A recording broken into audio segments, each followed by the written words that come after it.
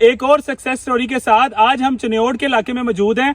माशाल्लाह से आप ये करेला देख सकते हैं, ट्रम्प F1। मेरे साथ फार्मर मौजूद हैं, इन्होंने ये करेला लगाया था। इनसे सबसे पहले मैं इनसे पूछूंगा जो इन्होंने करेला लगाया था वो कैसा रहा और उसकी पैदावार कैसी है। अरसलान भाई बताइएगा, ट्रम्प F1 लगाया था आपने, ये वैरायटी कैसी है? पैदावार बहुत अच्छी है, वैरायटी बहुत अच्छी है। फ्रूट का जो है ना साइज बहुत अच्छा है, मार्केट में बड़ा पसंद किया जा रहा है माशाल्लाह।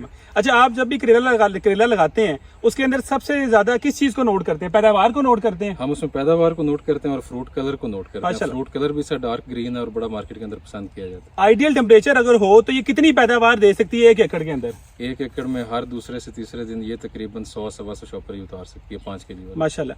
ट्रम्प F1 से आप आइडियल टेम्परेचर के अंदर 100 प्लस से ज्यादा 1 एकड़ से शॉपर ले सकते हैं। फ्रूट भी जबरदस्त, क्वालिटी भी जबरदस्त, मार्केट में रेट भी जबरदस्त। तो अगर आप लोगों ने करेला लगाना है तो सिर्फ ट्रम्प F1 लगाएं और पैसे कमाएं। ग्रीन गोल्ड जिंदाबाद।